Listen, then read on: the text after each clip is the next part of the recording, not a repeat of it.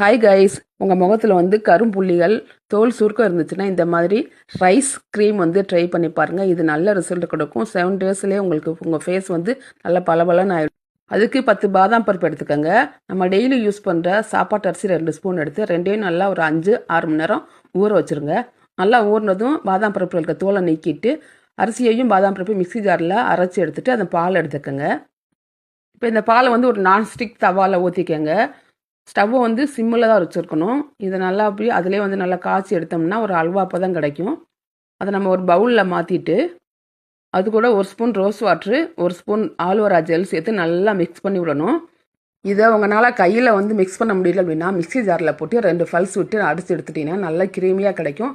இதை நீங்கள் பாட்டிலில் போட்டு ஃப்ரிட்ஜில் வச்சு ஸ்டோர் பண்ணிக்கலாம். ஸ்டோர் பண்ணிவிட்டு நீங்கள் டெய்லி நைட்டு அப்ளை பண்ணிவிட்டு மார்னிங் வந்து ஃபேஸ் வாஷ் பண்ணிவிடுங்க. கண்டிப்பாக உங்கள் ஃபேஸ் வந்து பளபளன்னு சேஞ்ச் ஆகும். ட்ரை பண்ணிப்பாருங்க.